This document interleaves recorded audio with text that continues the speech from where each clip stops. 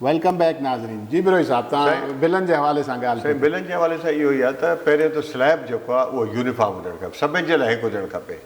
जे मिसाल आहे ग़रीब आहे उन जे लाइ बि घटि हुजे, अमीर लाइ बि घटि हुजे, या विचोलो हुजे। ऐं इन मां फ्यूल एडजस्टमेंट या जेकॾहिं इहो स्लैब सिस्टम रखिणो बि आहे त उहो इंडस्ट्रियल यूज़ जे लाइ रखनि, जेको माण्हू डोमेस्टिक घर जो जेको यूज़ थो करे, बिजली पंहिंजे घर में ॿारे थो, उन खे तव्हां इहो रखो त माना जेकॾहिं 110 यूनिट बि इस्तेमालु करे त 100 ते हुनखे 20 रुपया पवे, ऐं सिर्फ़ु 10 यूनिटनि जे करे हुनखे तव्हां डबल करे छॾियो। हिकिड़े यूनिट जे करे 100 खां 100 हिकु थी वियो त तव्हांखे ॻाल्हि थी। इंडस्ट्री खे तव्हां ईअं जे कंदव त तव्हांजी इंडस्ट्री वेही रहंदी, तव्हां कम्पीट ई न करे सघंदव। इंडस्ट्रीज़ त कम्पिटिशन आहे न। तव्हांखे डॉलर्स खपनि, डॉलर 325 ते पहुची वियो आहे अॼु, तव्हां एक्सपोर्ट न करे सघंदव। जे तव्हां उन स्लैब वधाईंदो, भई हू त एम्प्लॉयमेंट पैदा पई करे।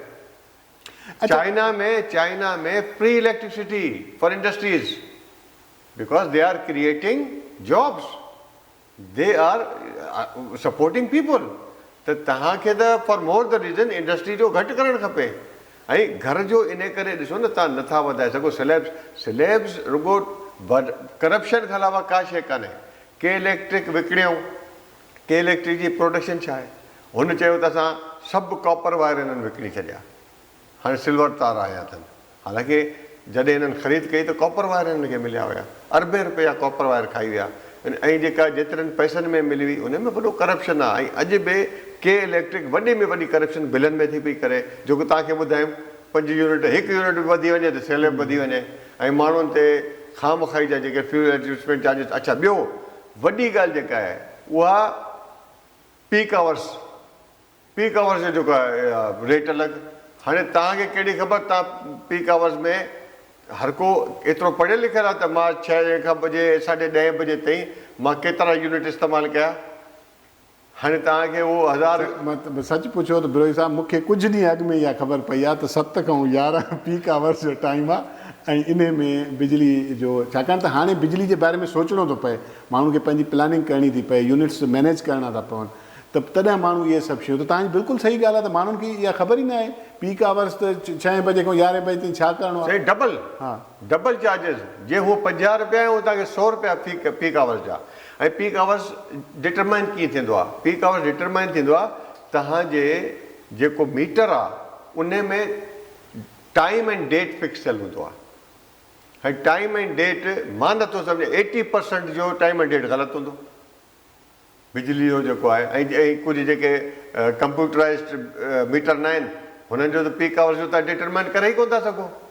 माना असां सूरत हाल ईअं हूंदी त असां इहो सम्झी त हींअर पीक आवर्स न आहिनि, ऐं बिजली मसलन AC उन टाइम में नथा हलायूं, पर असल में असांजे मीटर जी ख़राबी जे करे वरी जंहिं महिल असां हलाई त उन महिल पीक आवर्स काउंट शुरू। ईअं ई आहे न। मिसाल आहे, हू जे तव्हां सां ठगी करणु चाहे, तव्हां 7 खां 11 घटि करे छॾियो, हू अची वञे तव्हांजे वॉच जो टाइम रखी वञे 5 कलाक पोइ ते, पीक आवर्स तव्हां ते अप्लाई थींदा ई थींदा।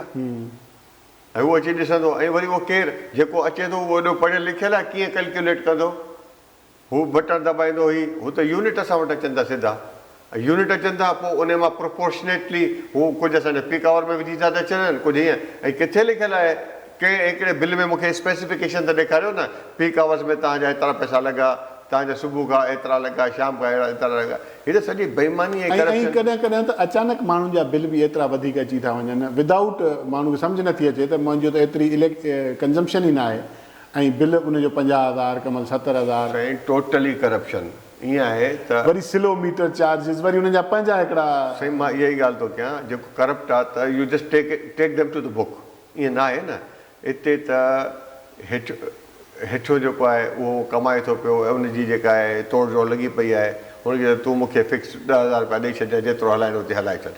हाणे पोइ उन मीटर रीडर जो कमु आहे, उन मीटर जी रीडिंग रिवर्स करे, अॻिते करे, पोइते करे। ऐं जॾहिं हीअ ॾिसनि था त हिन जी हिकिड़ी प्रोडक्शन आहे ऐं हिकिड़ी डिस्ट्रीब्यूशन आहे। डिस्ट्रीब्यूशन ऐं प्रोडक्शन जे विच में लाइन लॉसिस बि हूंदा आहिनि।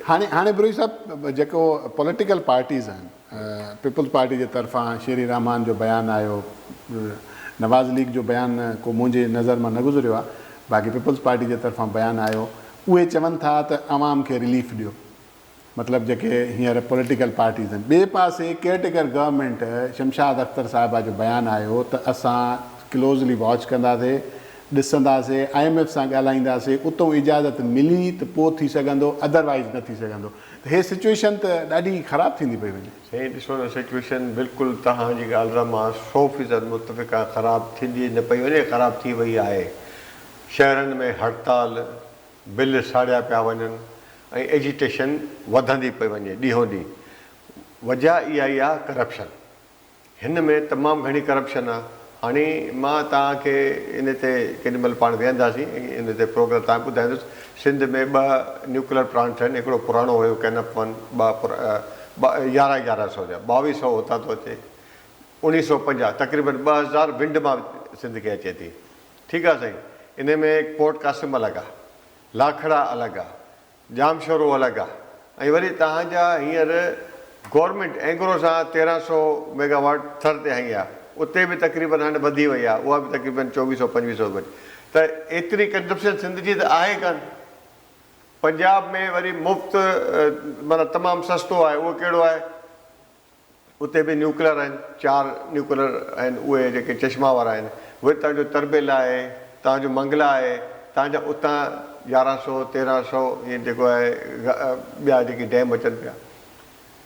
ही प्रोडक्शन गवर्नमेंट जी आहे, वञे काॾे पई।